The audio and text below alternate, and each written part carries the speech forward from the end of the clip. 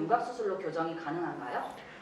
안면 비대칭도 일부 교정 가능해요. 안면 비대칭이 있는 분들은 얼굴이 딱 보면은 다 틀어져 있어요.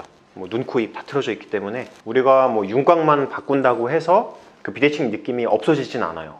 하지만 그 경계에 대해서 일부 비대칭 느낌을 교정을 하면은 이제 얼굴의 중심선도 조금 더 맞아 보이는 느낌도 들기도 해요. 사실 이 비대칭 수술이라는 거는 양쪽의 윤곽 수술을 교정 위치나 교정량을 아예 다르게 해서 사실 비대칭적인 뼈의 모양을 만들어요. 그래서 외관적으로 봤을 때만 대칭적인 모양을 만들어주는 수술이다 보니까는 CT를 보면은 너무 비대칭이 돼 있죠, 수술하고 나면. 근데 이제 외관적으로 봤을 때는 좀 더 대칭 같은 느낌이 나기 때문에 이제 그렇게 수술을 진행하기도 해요. 물론 이제 환자분에 따라서 이런 신경선 위치나 구조가 이제 대칭적인 느낌을 만들기에 제한이 있는 경우는 그 교정 양도 마찬가지로 좀 제한적이 될 수도 있어요.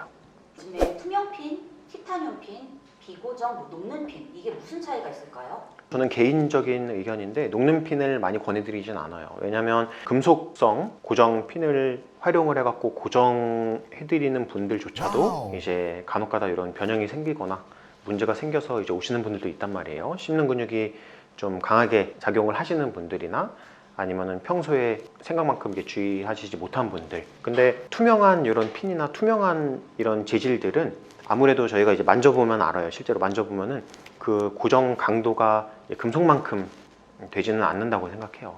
그러다 보니까 굳이 그거를 이런 수술적인 안정성이나 결과에 리스크를 가져가면서까지 그렇게 할 필요가 있나 생각을 하면은 사실은 전 개인적으로는 그냥 금속으로 고정하는 게 더 낫지 않은가 라는 생각을 하고 있어요. 비고정 같은 경우는 저는 개인적으로 이렇게 비교할 만한 대상은 아니라고 생각해요. 우리가 뼈 수술을 하게 되면은 고정은 반드시 필요하고, 최근에는 오히려 추세가 향후에 변형까지 막기 위해서 필요한 부위에 다 정확하게 고정을 하는 추세이기 때문에 필요한 위치에는 충분한 고정을 해주는 게 결과상에는 도움이 된다고 볼 수 있습니다. 원장님, 뼈에 핀을 박아놓으면 나중에 공황검색대에서 삑삑 소리 나는 거 아니에요? 이 주제 관련돼서 많은 분들이 이제 유튜브로도 촬영을 했었죠. 결론은 나타나지 않는다. 어떤 분들은 이제 MRI 촬영할 때 금속 같은 거 가지고 들어가면 안 된다, 뭐 이런 얘기 있어갖고 이거 MRI 나중에 못 찍는 거 아니냐 이런 것도 물어보시는데 뭐 전혀 상관없다 라고 저희가 말씀을 드려요. 근데 이제 CT를 촬영하면은 CT상에 확인되기 때문에 간혹 가다가 이제 수술하고서 수술 사실 좀 숨기고 싶어 하는 분들도 있어요. 그런 분들이나 핀 같은 게 들어있는 게 좀 불쾌해서 불쾌감 같은 거 이런 거 이제 느끼시는 분들은 핀을 제거할 수 있어요. 그래서 굳이 뭐 녹는 핀 이런 거 써갖고 결과상에 이런 리스크를 가져가는 것보다 수술로 단단히 고정하고 원하는 결과를 안정적으로 얻은 다음에 뭐 이런 게 걱정이 되면은 핀 빼면 된단 말이에요. 빼는 수술은 사실 간단해요. 수술할 때 뭐 한 10분, 20분 만에 쉽게 제거할 수 있으니까는 그런 식으로 이제 생각을 하시는 게 좋지 않을까라는 생각을 합니다. 그럼 핀 제거를 원한다고 하면 언제 할지만 수 있어요? 핀 제거는 뼈가 이제 어느 정도 유합이 돼 갖고 향후에 변형을 일으킬 가능성이 적은 시기를 말씀을 드리고요. 일반적으로는 뭐 한 반년에서 1년 정도 충분히 경과한 다음에, 그래서 이런 고라까지 다 진행이 된 다음에 수술할 것을 권해드리죠. 중안면보다 긴 사람들은 윤곽 수술로는 개선이 안 되나요? 중안면의 크기를 줄이려면 위턱의 크기도 같이 줄이고 위치를 좀 이동을 시켜줘야지 원하는 목적을 달성할 수 있기 때문에 위턱이 분리가 돼야 돼요. 그러다 보니까 윤곽 수술만으로는 좀 어렵죠. 중안면이 긴 분들이 얼굴 자체도 좀 긴 느낌인 분들이 많아요. 그러다 보니까 윤곽으로 얼굴 긴 느낌을 좀 줄이겠다 이렇게 얘기하시는 분들이 있는데, 우리가 얼굴에는 비율이라는 것도 있거든요. 이 비율을 고려하지 않고 윤곽 수술로 이제 경계를 좀 줄여갖고 얼굴 길이를 좀 줄이면 오히려 비율은 더 망가지면서 전체적인 느낌은 더 이상해질 수 있어요. 그래서 그런 점 관련해서는 그런 비율 관계를 파악할 수 있는 의료진과 이제 상담을 통해서 정확한 수술 방법을 결정하시는 게 좋은 방법이에요. 미니 양악이라는 말도 있던데 꼭 미니 양악이라는 거는 결국 양악을 하지 않으면서 이 중안면부에 대해서 이제 양악 같은 효과를 낼 수 있는 이런 수술 방법을 얘기하는데, 결국 여러 가지 수술이 복합된 거예요. 중안면이 꺼져 있는 분들은 대개 코도 낮고, 그리고 중안면에 이런 연조직도 좀 낮게 분포돼 있고, 그래서 이제 미니 양악이 포함하고 있는 수술들이 대개 중안면을 좀 돌출되는 방향으로 이동시켜주는 수술들이고, 뭐 귀족 수술, 이런 지방 이식, 아니면 코 수술, 이런 다양한 수술들로 중안면은 전방으로 이동시키고, 그리고 윤곽 수술을 통해서 이제 하악이 좀 작아진 효과를 내주는 수술을 같이 병행을 해갖고 양악이랑 비슷한 결과를 낼 수 있다, 이렇게 얘기를 하는 거예요. 근데 이제 양악하고 미니 양악은 완전히 다른 수술이죠. 양악 수술을 하면서도 사실은 코 수술이 필요한 경우도 많이 있어요. 양악 수술도 중안면이 이동을 하긴 하지만 사실은 코의 모양이 변하는 건 아니거든요. 양악 수술 과정에서 코의 정상적인 구조가 좀 손상받기도 하고, 그런 점을 이제 교정하기 위한 코 수술을 병행하는 분들도 많이 있어요.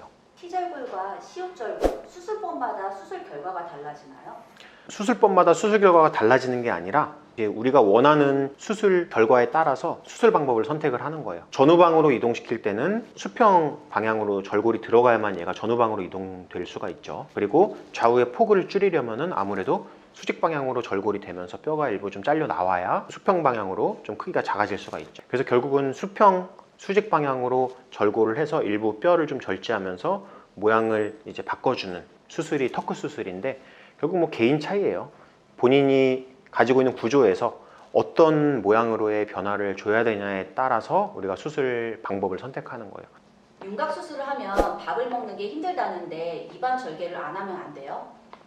사실은 입안 절개하면은 진짜 불편해요. 치과 치료 같은 거 받아보신 분들은 알 거예요. 우리가 뭐 교정할 때 이런 나사목 같은 거 하나만 박혀 있어도 굉장히 불편하거든요. 당기면은 막 점막이 찢어질 것 같은 이런 막 통증도 있고. 근데 이제 굳이 왜 입안 절개를 하냐? 사실은 피부 쪽에 절개하면은 흉터가 생각보다 보기 좋진 않아요. 성형외과에서도 우리가 흉터를 안 만드는 게 아니라 흉터를 숨기는 거거든요. 근데 우리가 윤곽 수술을 하려면은 흉터를 숨길 곳이 없어요. 사각턱 같은 경우는 귀뒤 사각턱이라고 그래서 요 귀 뒤쪽으로 절개선 들어가서 수술하는 경우가 있는데, 아무래도 시야가 좀 제한적이다 보니까는 수술 결과가 2차 각도 나오고 충분한 양만큼 길게 뼈를 절골할 수가 없다 보니까는 결과도 이제 썩 좋지 않은 경우가 많이 있고요. 그러다 보니까는 뭐 흉터 숨기려고 하는 거죠. 흉터 숨기려고. 만약에 뭐 흉터가 피부에 남아도 괜찮다 그러면은 사실 수술하는 사람 입장에서는 더 좋긴 하죠. 얼굴이 많이 부어 있는데 가글은 어떻게 하나요?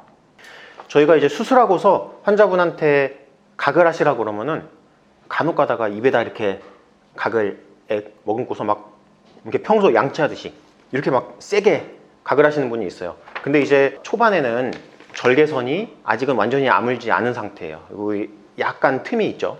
그리고 우리가 광대 수술하면은 사각턱 수술한다면도 그렇고 드레인이라고 그래서 안쪽에 고인 이런 피나 조직액을 배액시키기 위해서 관을 하나 넣어놓고 나온단 말이에요. 그래서 우리가 수술한 그 공간으로 들어갈 수 있는 이런 연결 통로가 일부 남아있는 상태로 수술이 끝나는데, 가글을 세게 해서 양압을 확 걸면 우리가 수술한 공간으로 입안에 이런 가글 액이나 침 안에는 이제 균도 많이 있겠죠. 그런 액체들이 역류해서 수술하는 공간으로 들어가 버리는 일이 생길 수가 있어요. 그러면은 이제 그런 균들이 아무래도 감염하고 좀 직결이 될 수가 있겠죠.